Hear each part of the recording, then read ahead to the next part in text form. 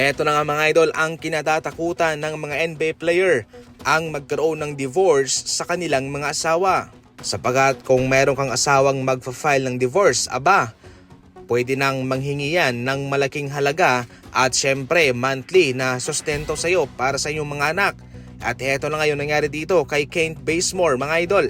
Ayon sa balita, itong ex-wife ni Kent Bazemore ay nakipaghiwalay sa kanya sapagkat ayaw na niyang ipagpatuloy ang kanilang pagsasama.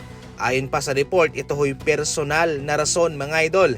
Hindi po nananakit ng babae si Kent Bazemore, wala siyang maling ginagawa, pero ayon sa kanyang asawa ay ayaw ko lang, gusto ko na lang maghiwalay tayo, tapos ng usapan, magfa-file ako ng divorce. Sa korte mga idol ay napagkasunduan na itong si Kent Bazemore ay magbabayad ng nasa $1.5 million para ma-finalize na ang divorce. At siya rin ho'y magbabayad ng nasa $5,000 every month para sa child support. Mayroon kasi silang 2 anak. Hindi naman natin nilalahat pero eto talaga mga idol, yung mga nagpapahirap pa sa NBA na mag-aasawa sila at akala nila yun ang forever.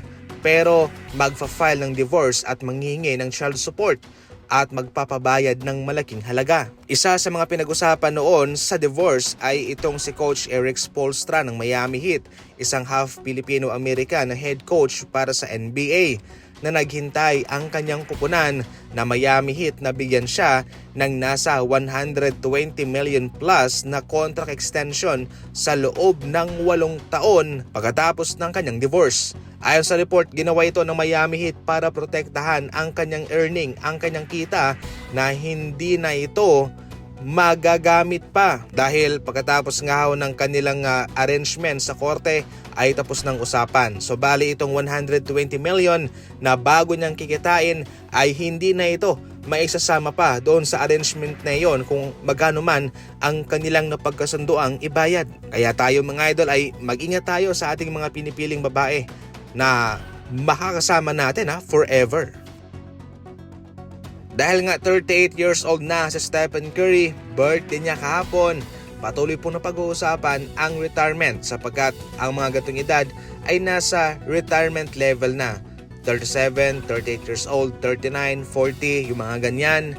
Ayon pa mismo kay Stephen Curry, I think your body is the first point of information.